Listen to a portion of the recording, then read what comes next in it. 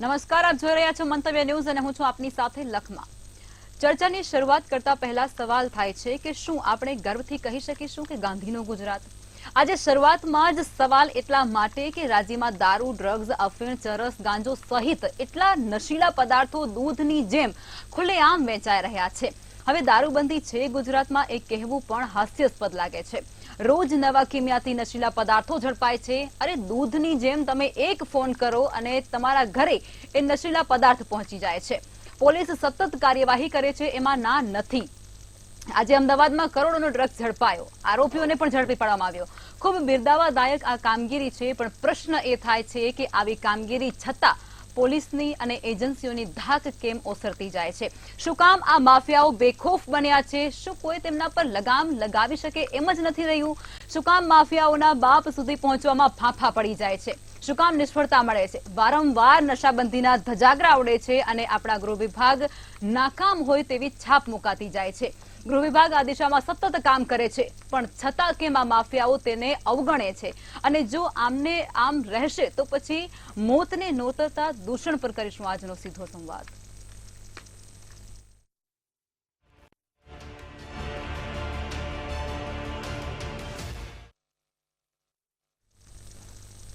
ચર્ચાની શરૂઆત કરશું, જેમાં પ્રફુલભાઈ ત્રિવેદી મંતવ્ય ન્યૂઝના એસોસિએટ એડિટર આપણી સાથે જોડાઈ ચૂક્યા છે અને ભારતીય જનતા પાર્ટીમાંથી નિલેશભાઈ સોલંકી પણ જોડાઈ ચૂક્યા છે। અન્ય ગેસ્ટ આપણી સાથે થોડીવાર પછી જોડાવાના છે। ચર્ચાની શરૂઆત કરશું પ્રફુલભાઈ તમારાથી જ કે રાજ્યમાં સતત આ દૂષણ વધી રહ્યું છે, નશાનું જે દૂષણ છે ને એ સતત વ્યાપ વધી રહ્યો છે, યુવાનો અંદર સંકળાઈ રહ્યા છે। શું કહેશો આપ? લખમાં ગાંધીજી અને સરદારનું આ જે ગુજરાત છે એ શાંતિપ્રિય છે, સમૃદ્ધ છે અને બીજા રાજ્યોની સરખામણીમાં એ સૌથી વધારે સુશિક્ષિત છે, જ્યાં શિક્ષણનું પ્રમાણ વધારે છે।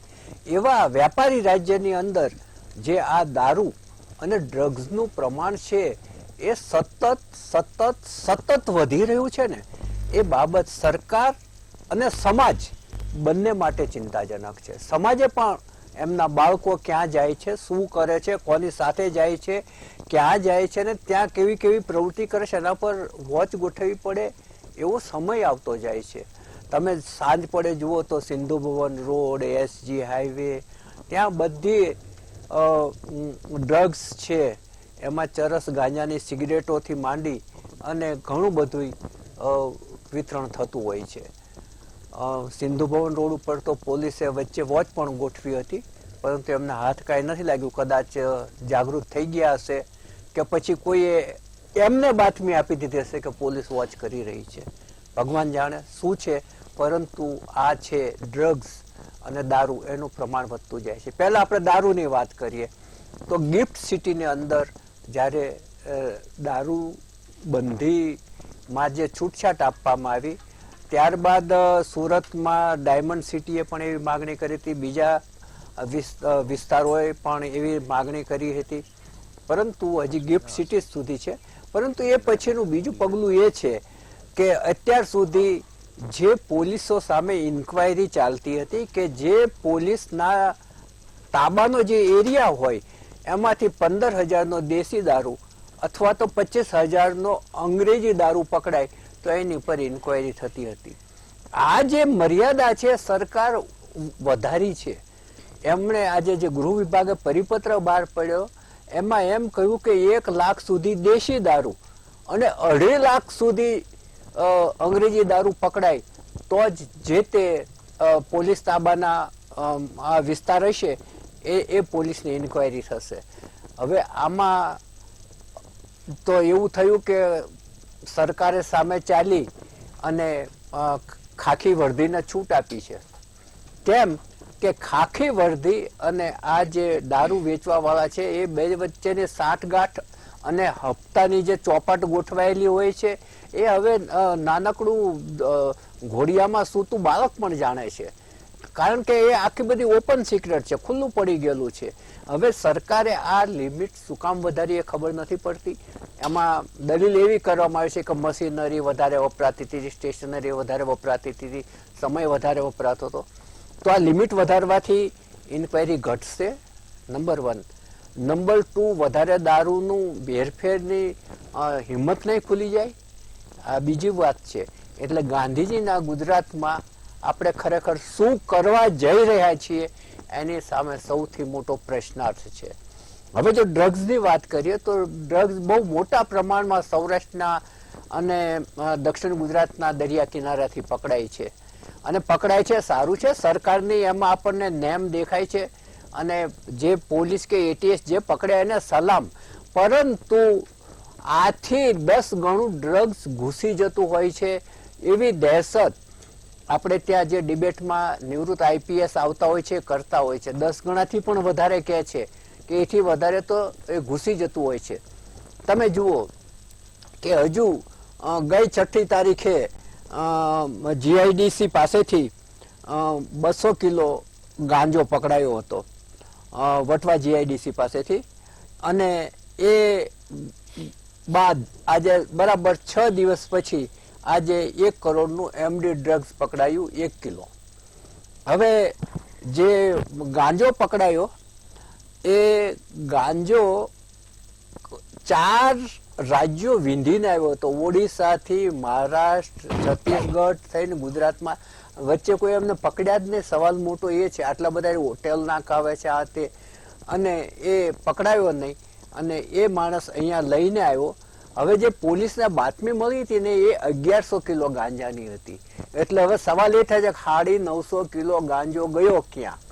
અને એમાં પોલીસની પાસે એવી પણ બાતમી છે કે એમાંથી 750 કિલો ગાંજો છે એ ચોક્કસપણે ગુજરાતમાં ઘૂસી ગયો છે. એટલે તમે જુઓ કે જે 200 કિલો ગાંજો પકડાયો એની સામે 750 કિલો, કદાચ 900 કિલો સુધી એ ગુજરાતમાં ઘૂસી ગયો. એટલે 10 ગણો તો થઈ જ ગયો આપણી નજર સામે જ. હવે આજે જે એમડી ડ્રગ્સ પકડાયું, એમડી ડ્રગ્સનો વ્યાપલો વધતો જાય છે. હવે એ ગાડી આવી હતી ઉદયપુરથી, અને અહીંયા આસિફ હુસેન નામના એક વ્યક્તિએ જે આપણો જુહાપુરા ને એ બાજુ રહે છે એણે મગાવ્યું હતું અને ઉદયપુરથી આતિક નામના વ્યક્તિએ આ રવાનો કર્યું હતું અને એ લઈને આવ્યો હતો ઈડરનો એક વિષ્ણુ નામની વ્યક્તિ. આ એની બીજી ખેપ હતી, એમાં એ પકડાઈ ગયો. હવે એને ચાલાકી તો એટલી સરસ કરી હતી કે પકડાય પણ નહીં. એને જે સ્પેર વ્હીલ હોય એના ટાયરની અંદર 2 પેકેટ ગોઠવી દીધા હતા. પોલીસે એનું ટાયર ખોલ્યું અને ટ્યુબ કાઢી અને અંદર હાથ ફેર્યો હતા, ખબર પડી કે અંદર 2 પેકેટ છે અને 1 કરોડ રૂપિયાનું એમડી ડ્રગ્સ હતું. તમે જુઓ કે વચ્ચે એમડી ડ્રગ્સ બનાવનારી ફેક્ટરીઓ પકડાઈ ગુજરાતમાંથી. કોઈ મેડિસિનના નામે ફેક્ટરીઓ ચાલતી હતી, કોઈ કેમિકલના નામે ચાલતી હતી, બહાર પાટિયું બીજું હોય ને અંદર બનતું હોય બીજું.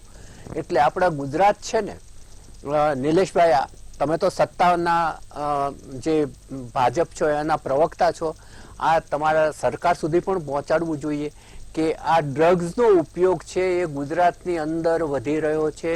આપણી યુવા પેઢી આ રવાડે ચડી રહી છે. આ નો ડાઉટ કે ગુજરાત છે એ પાછું ડ્રગ્સની હેરફેરનું પણ મહત્વનું કેન્દ્ર બની ગયું છે. કેમ કે પાકિસ્તાનની સરહદ આપણી નજીક છે, એટલે કચ્છમાં થઈ અને અફઘાનિસ્તાન અને પાકિસ્તાનના ડ્રગ્સ ઘૂસે છે જે બીજા રાજ્યો અને બીજા દેશોમાં જાય છે. એટલે હેરફેરનું મહત્વનું કેન્દ્ર તો બની જ ગયું છે, પણ વપરાશ કરતા પણ ગુજરાત વધુ ને વધુ બનતું જાય છે. આ સમાજ માટે ચિંતાની વસ્તુ છે, સરકાર માટે ચિંતાની વસ્તુ છે. સ્વૈચ્છિક સંસ્થાઓ, એનજીઓ અને ધાર્મિક સંસ્થાઓએ પણ વ્યસન મુક્તિ અને આ જે યુવા પેઢી જે ભટકતી જાય છે એને યોગ્ય રસ્તા પર વાળવાની જરૂર છે, નહીં તો આવતા દિવસો આપણા માટે બહુ જ ખરાબ હશે. બિલકુલ. હવે નિલેશભાઈ, જે પ્રમાણે પ્રફુલભાઈએ વાત કરી છે, દારૂ, ડ્રગ્સ, ચરસ અને અફીણ સાથે બધા જે નશીલા પદાર્થો છે ને એ ખૂબ જ આમ મામૂલી વસ્તુ મળતી હોય ને એમ મળવા લાગ્યા છે. યુવાધન તેના રવાડે ચડી રહ્યું છે. તમને નથી લાગતું કે હવે આપણે બરબાદીના એંધાણ આપણને વર્તાવા જોઈએ? હમણાં તો કોઈ આશ્રમમાંથી ગાંજાનું વાવેતર પકડાયું હતું નિલેશભાઈ.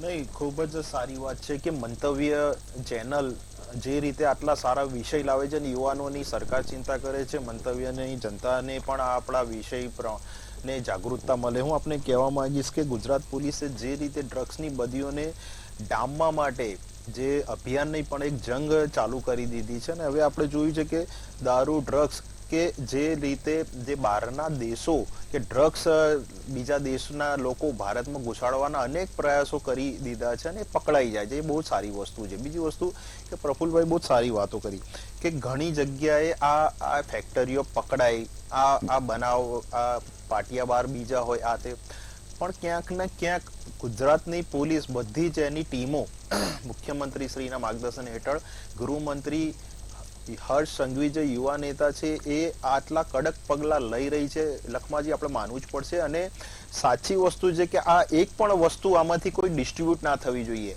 પણ સ્વાભાવિક રીતે જેમ કે આપણા ગુજરાતમાં જેમ દારૂ બંધી છે, તો મહારાષ્ટ્રમાં ક્યાંય કોઈ જગ્યાએ દારૂ પકડાય નહીં, રાજસ્થાનમાં પકડાય. જ્યાં બંધી હોય, પ્રતિબંધ હોય, ત્યાં જ લોકો વધારે હેરફેર કરવાના છે. અને ઓછા સમયમાં વધારે પૈસા કમાવાની આ કેફી દ્રવ્યો જે રીતે જે માર્કેટમાં લોકો અવનવા તુક્કાથી, અને આપણે એક થોડુંક સર્વેલન્સ કરવાની જરૂર છે, સર્વે કરવાની જરૂર છે કે આ અમુક જ એરિયા જ્યાં અમુક જ ધર્મના લોકો રહેતા હોય, એ લોકોના જ છોકરાઓ હોય કે નાના બાળકો હોય કે એ યંગ ટીનેજર્સ હોય, આ લોકો હેરફેર કરતા પકડાય છે. તમને રોકવા માંગીશ, અહીંયા ખાલી મને એટલું ખાલી સાંભળવું છે કે દારૂબંધીના કારણે આ બધી વસ્તુ થઈ રહી છે, તો એનો ઉપાય પાછળ શું લાવશું આપણે? જો વર્ષોથી આપણા ત્યાં પોલિસી છે અને હવે આપણે એને કડક પણ કરી રહ્યા છે, ને હવે તો કદાચ એ સીધી પાસામાં પણ જાય છે. આપણે જ હમણાં જોયું હશે કે હર્ષ સંઘવીજીએ એક બિલ પાસ કરાવ્યું વિધાનસભામાં ગયા સત્રમાં જ, કે જેમાં વ્યાજખોરો પણ હોય, કે વ્યાજખોરો ઉપર ક્યારે આપણે પાસા કોઈ પણ ભારતમાં કોઈ જગ્યાએ પાસા નથી લગાયા, પણ વ્યાજખોરો જે લોકો મજબૂરીનો ફાયદો ઉપાડીને જે ધિરાણ આપતા હતા ને લોકોની સામે આખી જિંદગી એમની ચવાઈ જતી હતી, એમની મિલકતો, લોકો સુસાઇડ કરતા હતા. હું એ પોઈન્ટ ઉપર આવું છું, એ પોઈન્ટ ઉપર જ આવું છું કે તમે ગિફ્ટ સિટીમાં છૂટ આપી, ત્યારબાદ આ અત્યારે જે આની રેન્જ હતી, આનો જે મર્યાદા હતી, એ મર્યાદા તમે વધારી, તો સરકાર કઈ દિશામાં જવા માંગે છે એ સ્પષ્ટ કરો. જો ગિફ્ટ સિટીમાં આપણે કોઈ પણ વસ્તુ હોય કે સરકાર જ્યારે ડેવલપમેન્ટ કરતા હોય, કે જ્યારે બહારના દેશો કે બહારની ઇન્વેસ્ટમેન્ટ લાવવું, એ સમગ્ર બધા જ દેશો માટે બહુ જરૂરી છે કે બહારના ઇન્વેસ્ટર આવે છે તો એ લોકો માટે આપણે એક વ્યવસ્થા ઊભી કરી દીધી કે અંદરના એરિયા માટે જ, અને એ પણ વ્યક્તિના કે ત્યાંના જે અધિકારીઓ હોય એ અધિકારીઓને આને સુપ્રત કરવામાં આવે કે આ વ્યક્તિ બહારનો આવ્યો છે, આ વ્યક્તિ ત્યાંનો વ્યક્તિ છે, એ જ પરમિશન આપે ને એ પરમિશનના પણ નશાબંધીના આબકારીના નિયમો કડક છે બેન. બીજી વસ્તુ આપણે કહું કે જ્યાં પકડાય છે ત્યાં બાતમીના આધારે પોલીસના સર્વેલન્સ પ્રમાણે બધી જ એજન્સીઓ ત્યાં લાગે છે. ને આપણે જુઓ કે છેલ્લા 3 વર્ષમાં હું માનું ત્યાં સુધી આશરે 10 થી 12,000 કરોડનું ડ્રગ્સ પકડ્યું છે બેન. અને આ જે રીતે ગુજરાત અને યુવાનોને બરબાદ કરવા માટે અમુક લોકો જે અસામાજિક તત્વો કહી શકાય, માફિયા કહી શકાય, કે આ લોકો ગુજરાતના યુવાનોની જિંદગી બગાડવા માંગે છે. પણ આ એક સોશિયલ સામાજિક વિષય પણ આપણો લેવો પડશે કે સરકાર, હોમ ખાતું, એજન્સીઓ તો કામ કરવાની જ છે, પણ સમગ્ર લોકો, તમે હું બધા જ લોકો ભેગા મળીને આપણા ઘરનો છોકરો હોય, છોકરી હોય, ક્યાં જાય છે, શું કરે છે, કોની સાથે બેસે છે, સ્કૂલ કોલેજની આજુબાજુ કેવું ચાલે છે, આ પણ થોડું આપણે જોવાની જરૂર છે. કારણ કે બધી જ વસ્તુ સરકાર ઉપર તમે ના છોડી શકો. કહેવાનું એવું થાય છે કે સરકાર કરે છે, પણ હવે જે સામાજિક બધી વસ્તુ ચાલે છે એ લોકોને પણ જાગૃત થવાની જરૂર છે. આપણે જોયું છે બેન કે આપણે આપણા ઘરના પણ નિલેશભાઈ, આપણે એ વસ્તુ એમના પર ઢોળી તો નહીં શકીએ, આપણે એ વસ્તુ એમના પર ઢોળી ના શકીએ. જવાબદારી પણ બને છે ને, હું એટલે સામાજિક જવાબદારી પણ મેં આપણે કહ્યું કે સરકાર, તંત્ર બધું કામ કરવાની છે, પણ જ્યારે તમારો કોઈ પણ, હું આ એટલા માટે ઘરેથી જ કેમ ચાલુ ના કરીએ, સહયોગ જોઈએ બેન, કોઓપરેટિવ જોઈએ, તો જ આપણે આ દૂષણના ડામી શકીએ છીએ. બાકી આપણે તમે મને એ સમજાવો કે આપણે ત્યાં ગૃહ વિભાગ સતત કાર્યવાહી કરી રહ્યું છે, સબ સલામતના દાવા સતત થાય છે, અને એ બધા વચ્ચે વારંવાર દારૂબંધીના અને નશાબંધીના ધજાગરા ઉડી જતા હોય છે. આ પાછળ જવાબદાર શું છે અને કેમ માફિયાઓના મૂળ સુધી પહોંચવામાં આપણને ફાંફા પડી જાય છે? સૌપ્રથમ આજે ગુજરાતમાં ફરી એક વખત બહુ મોટી કિંમતનું ડ્રગ્સ જે છે તે આજે પકડાયું છે. આ ઘટના પહેલીવાર નથી બની. વારંવાર ગુજરાતના છેલ્લા પાછળના 5 વર્ષમાં કેટલીય એવી વખત ડ્રગ્સ પકડાઈ રહ્યું છે અને આ યુવા ધનને ખરાબ કરવાનો પ્રયત્ન કરી રહ્યું છે. સાથે ને સાથે હું કહેવા માંગીશ, જયારે ભારતીય જનતા પાર્ટી એની સફળતાઓની વાત કરે છે, વિકાસની વાત કરે છે, ત્યારે આ કેવો વિકાસ લઈ જવા માંગે છે ભારતીય જનતા પાર્ટીના શાસનના લોકો? હું તો પહેલા બી કહું છું કે ભારતીય જનતા પાર્ટી કેવું છે કે ભાઈ તમે ભારતીય જનતા પાર્ટીના શરણોમાં આવો, કમલમનું પગથિયું ચડો એટલે ઇનલીગલ કામને લીગલ નું ટેગ ભારતીય જનતા પાર્ટીના કાર્યાલય ઉપરથી મારવામાં આવે છે. આપણે point પર આવી જઈએ, point પર. ભાઈ હું તમને એક વસ્તુ બતાવું. આ વિકાસભાઈ આહિર, આ વિકાસ હર્ષભાઈ, નિલેશભાઈ અને નિલેશભાઈ હર્ષભાઈ બંનેને રોકીશ. નિલેશભાઈ આપણે ડિબેટમાં બેઠા છીએ. નિલેશભાઈ હર્ષભાઈ આપણે ડિબેટની અંદર ચર્ચા કરવા માટે બેઠા છીએ. તમારું એક સ્ટેટમેન્ટમાં તો બતાવો, કયા તમારા પ્રમુખ પ્રવક્તાએ કહ્યું છે? કોને કહ્યું છે? આપણે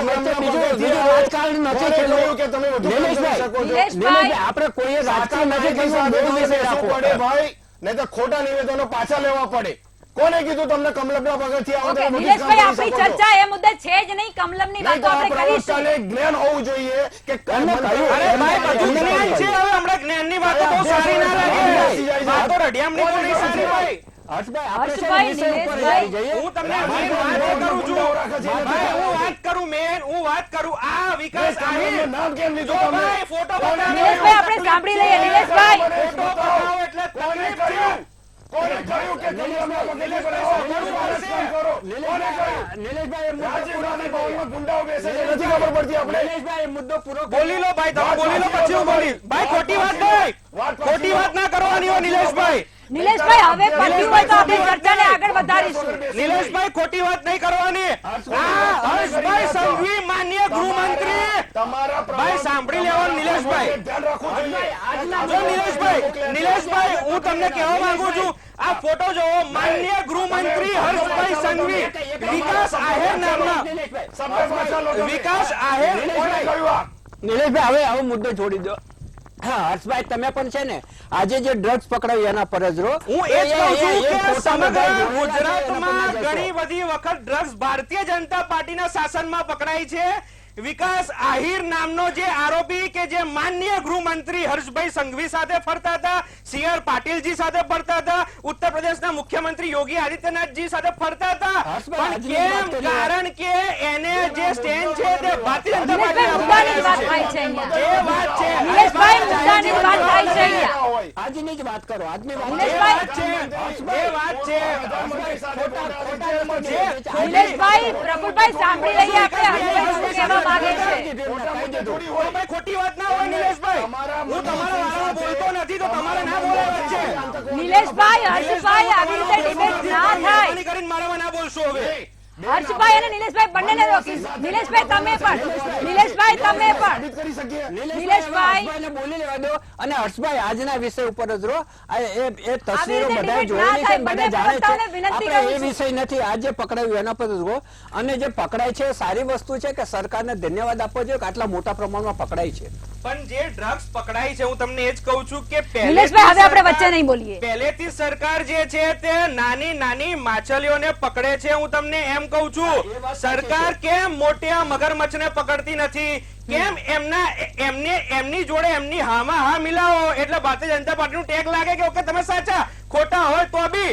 પણ આ ગુજરાતના યુવા ધનને બગાડી રહી છે. આમ ભારતીય જનતા પાર્ટી વાત કરે છે કે વિકાસની વાત કરે છે, સૌનો સાથ સૌનો વિકાસ. શું આ વિકાસ છે એમનો? આ તો કેટલું છે કે ડ્રગ્સ પકડાઈ ગયું. હજુ એવી કેટલીય વસ્તુ હશે કે જે નથી પકડાતી અને જે યુવા ધનને હેરાન કરી રહ્યું છે. શું કાલે તો હું તમને એક્ઝામ્પલ આપું. નિલેશભાઈ, તમારો છોકરો બી કાલે બહાર ફરતો હશે, ના કરે નારાયણ, તમારા છોકરાને ખોટી સંગત લાગી, એવું નથી. આ સંગત જે છે તે આખા પરિવારને વિફરી નાખે છે. મેન એનું કારણ એ છે, આ કોઈ પક્ષાપક્ષીની વાત નથી, આ કોઈ ભાજપ કોંગ્રેસની વાત નથી, પણ મેન એ કારણ છે કે એક પરિવારને જે છે તે વિફરી નાખે છે. એના માતા પિતાની હાલત શું થઈ જાય છે એ તમે જોવો. જે લોકોનું ભૂતકાળમાં આ ઇતિહાસ જે થઈ ગયેલો છે કે જે ડ્રગ્સ અને દારૂના કારણે આ બધી તકલીફ પડે Okay, છે. હર્ષભાઈ. મેન વાત એ નથી રાજકારણની, અને સાથે ને સાથે આપણે આને રોકવું પડશે. આ યુવા દળને બિલકુલ. ભારતીય જનતા પાર્ટી નશાની લત ઉપર લઈ જવા માંગે છે. ઓકે જી, હવે નીરજભાઈ તમે મને એ કહો કે જે પ્રમાણે આપણે ગર્વથી કહીએ છીએ કે ભાઈ હું તો ગુજરાતી છું અને અમારા ગુજરાતની અંદર દારૂબંધી છે, હવે એ જે આખું ટેગ છે એ તમને હાસ્યાસ્પદ નથી લાગતું? બેન, હું માનું છું કે ક્યાંય કોઈ જગ્યાએ કોઈ ત્રુટિ રહેતી હશે તો બેન આ સરકાર ક્યારે અને એ સપોર્ટ ના કરે. બેન, મેં આપને કહ્યું કે કોઈ પણ કેફી દ્રવ્ય તમે આજના આપણે અહીં બેઠા છીએ, તમે કોઈ લોકેશન આપો, કોઈ એ આપો, આપણે હું મોકલી આપું, આપણે લાઈવ કરીએ અને પોલીસ એક્શન ભાઈ લોકેશન અમારે ના મોકલવાની હોય નિલેશભાઈ, લોકેશન અમારે ના મોકલવાની હોય, પગાર આપણે એમનો જ આપીએ છીએ સરકાર. કરો તમે સરકારના આક્ષેપ કરો, પણ તમે કોઈ કમલમ ના વચ્ચે લાવો. કોઈ આ ના હોય બેન, આ રાજકારણ ના હોય. તમે સરકાર ઉપર આક્ષેપ કરી શકો છો. હું આપને કહું છું કે ગુજરાતના કોંગ્રેસના મહિલા ધારાસભ્ય હતા અને એમના બ્રધર, એમના ભાઈ પકડાઈ ગયા હતા. તો બેન મેં કોઈ પર્સનલી વાત કરી ના કરાય. બેન, આપણે રાજકારણમાં છીએ. આપણે તમારે ટીકા કરવી હોય તો સરકારની ટીકા કરો, સંગઠન, પણ તમે એની પર વાત ના કરો કે ભાઈ કમલમમાં કોઈ જતો એને બધા પરમિશન મળે. બેન, કઈ રીતે બની શકે? આપણે જવાબદાર પ્રવક્તા છીએ, આપણે પાર્ટી પાછળ બેઠા છીએ, પાર્ટીના વ્યક્તિઓને આપણે માન સન્માન રાખવું પડે.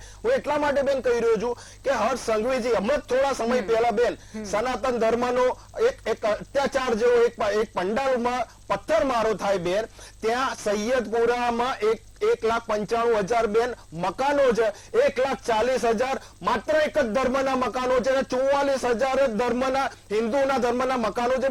બેન ત્યાં પથ્થરમારો થાય કેમ? આજ એક જ લઘુમતી કે બહુમતી એરિયામાં જ કેમ આ થાય છે? જવાબ નહીં આપે. તમારે તો દૂધમાં દહીંમાં બેમાં, પણ આ આવનાર સમયમાં જો આ સરકાર ધ્યાન આપી રહી છે એવા અસામાજિક તત્વોને પકડીને બેન એને સજા કરશે. કેમ નહીં કરે? કારણ કે તમારી સનાતન ધર્મ, તમારા યુવાનો ઉપર, બધા ઉપર આ લોકો આક્ષેપ કરી રહ્યા છે, આ લોકો એક્શન લઈ રહ્યા છે. એટલે એટલા જ માટે આ સરકાર કટિબદ્ધ છે અને પડકાર રૂપ એને એ તંત્રને એ સામે ડામવા માટે તૈયાર છે. હવે હર્ષભાઈ તમે મને એક જ મિનિટની અંદર જવાબ આપો. નીરજભાઈ રાજકારણ કરવું છે. તમે પંજાબની દશા શું કરીને આવ્યા છે? નહીં કે તમે જી નીરજભાઈ, હવે એ બધી વસ્તુમાં આપણે સમયનો અભાવ છે. એ ગુજરાત બેન ડ્રગ્સ પકડવામાં ભારતમાં પ્રથમ છે બેન. આ જીવના જોખમે નીલેશભાઈ એ દાવા પણ આપણે ના નકારી શકીએ કે જેટલું છે એનાથી 10 ગણું પાછળથી વેચાઈ જાય છે. ઓકે નિલેશભાઈ, જેટલું વેચાય છે એનાથી 10 ગણા તો પાછળથી વેચાઈ જાય છે. આ બધી વસ્તુઓ આપણને વારંવાર આપણા કાનમાં પડી રહી છે, એટલા માટે સવાલ થાય છે. શું કહેશો હર્ષભાઈ આના પર તમે? ખાલી ટૂંકમાં જે રીતે નિલેશભાઈ સનાતન ધર્મની વાત કરી, આ સારી વસ્તુ છે કે હર્ષભાઈ સંઘવીનો જે ઇનિશિયેટિવ લીધો કે જે તાત્કાલિક ધોરણે બીજા દિવસે સવારે જે આરોપી હતા એમને પકડ્યા, તો એ બહુ સારી વસ્તુ છે. રાજકારણનો હું કહું છું મુદ્દો નથી. ડ્રગ્સ જે આવે છે તે યુવા ધનને બરબાદ કરવા માટે આવે છે, યુવાનોને બરબાદ કરવા આવે છે. તમે સનાતનના નામે, ધર્મના નામે યુવાનોને તમારા જાસામાં ના લઈ શકો. કારણ કે ડ્રગ્સ, હું તમને એમ જ કહું છું, નશાકીય પદાર્થ. કેમ કાલે સવારે હર્ષભાઈ સંઘવી અગર જો આવી રીતે ડ્રગ્સ વાળાને, આવી રીતે જે અસામાજિક તત્વોને બીજા દિવસે સવારે પકડી શકતા હોય તો ડ્રગ્સ ગુજરાતમાં આવા જ કેમ થાય છે? હર્ષભાઈ સંઘવી, હું પૂછવા માંગુ છું નિલેશભાઈને. હર્ષભાઈ એ લોકો કઈ કહેતા નથી કે ભાઈ તમે લાવી ડિબેટ કરીએ છીએ આપણે. હર્ષભાઈ અને નિલેશભાઈ સમયનો અભાવ છે. બંનેને રોકીશ, સમયનો અભાવ છે, બંનેને રોકીશ. નિલેશભાઈ, હર્ષભાઈ ઓલરેડી આપણે સમય બહુ વેડફી ચૂક્યા છીએ. બેન, મુન્દ્રા પોર્ટ ઉપર સામાન ચેક ના કરી શકો. અરે કેમ ના કરી શકો? ત્યાં આપણી પોસ્ટ બરાબર છે અને મુન્દ્રા પોર્ટ સુધી પહોંચે એટલે બધા ઇલીગલ કામ થઈ જાય છે. હર્ષભાઈ વસ્તુ બધી વસ્તુઓ એના ક્રમ અનુસાર થતી હોય છે. બધી વસ્તુઓ હર્ષભાઈ એના ક્રમ અનુસાર થતી હોય છે. બધી જગ્યાએ કાયદા લાગુ પડતા હોય છે. એ લોકો એવું નથી કહેતા. ભાઈ જે બિરદા, જે તારીફ પાડી વસ્તુ, બંનેને રોકીશ. તારીફ પાડી વસ્તુ એની તારીફ જ કરવાની હોય, પણ જે વખોડવાની વસ્તુ એને વખોડવી પણ પડશે. એવી રીતે ના હોય. તમે હર્ષભાઈ એટલા માટે જ આપણે આજે ડિબેટ કરી છે. એવું નથી, સવાર તો સવાર, રાત તો રાત. હર્ષભાઈ એટલા માટે જ આજની ડિબેટ છે. હર્ષભાઈ એટલા માટે જ આજની ડિબેટ છે આપણી એ લોકો કામ કરી રહ્યા છીએ, પણ આપણે એને શું કામ સંભળાવી રહ્યા છે? એટલા માટે જ આપણે આ કરી રહ્યા છીએ. સર, આપ શું કહેશો સમાપનમાં?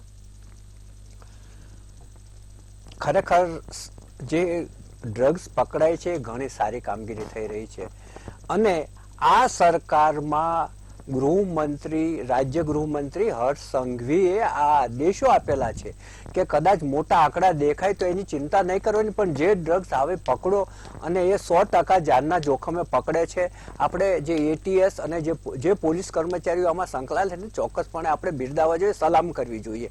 પરંતુ સવાલ એક મોટો એ ઊભો થાય છે કે આટલા મોટા પ્રમાણમાં પકડાય છે, એ જે પેડલરો કે જે આ લાવવા વાળા એ બધા પકડાય છે, છતાં એક ડર પેદા નથી થતો કે ગુજરાતમાં પગ મૂકશું તો આપણે ખતમ થઈ જઈશું. એ માફિયાઓને ડર નથી. એ બહુ વિચિત્ર લાગે છે કે આટલા મોટા પ્રમાણમાં પકડાય છે, એ લોકો જેલના હરિયા પાછળ જાય છે, એમના ઉપર ઘણી બધી કલમો પણ લાગે છે, છતાં ડર પેદા નથી થતો. એ બાબત એક વિચારણીય છે. સરકારે પણ વિચારવું જોઈએ અને ખાસ તો આપણી જે સરહદ છે એના પર સૌથી વધારે વોચ ગોઠવવાની જરૂર છે, કારણ કે સરહદી રાજ્યો હોય છે ને, જ્યારે કોઈ દેશ આપણને લડાઈમાં હરાવી શકે એવું ના હોય ત્યારે એના માટે કહેવાય છે કે સામેના દેશની યુવા પેઢીને ડ્રગ્સના રવાડે ચડાવી દો.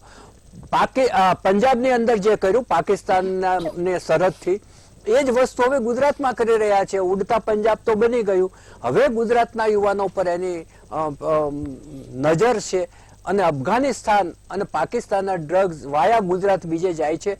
તો ગુજરાતની વધુ કડકાઈથી કામ લેવાની જરૂર છે અને યુવાનોએ પણ બહુ જ સજાગ રહેવાની જરૂર છે, કારણ કે દારૂ પીવો કે ડ્રગ્સ લેવું એક ફેશન બનતી જાય છે અને જ્યારે કોઈ વસ્તુ ફેશન બને ત્યારે એનો ફેલાવો ઝડપથી યુવા વર્ગમાં થતો હોય છે. કોઈ આજે યુવાન છે ને, એ દારૂના પેક પડ્યા હાથ ના અડાડે ને તો એને બાકીના યુવાનો એને પછાત ગણે છે.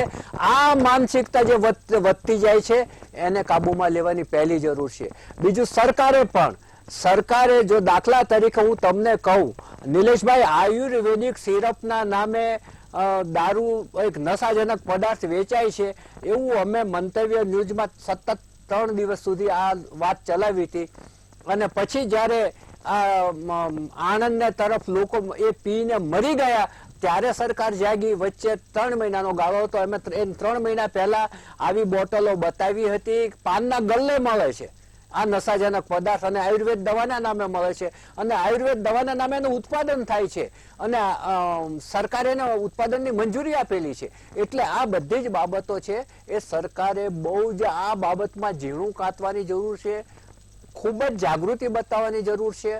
સમાજે પણ એટલી જ જાગૃતિ બતાવવાની જરૂર છે. કુટુંબના એકમની અંદર પોતાનું સંતાન કે પોતાની પુત્રી, આજે તમે જુઓ કે અમદાવાદ જેવા શહેરની અંદર રોડ ઉપર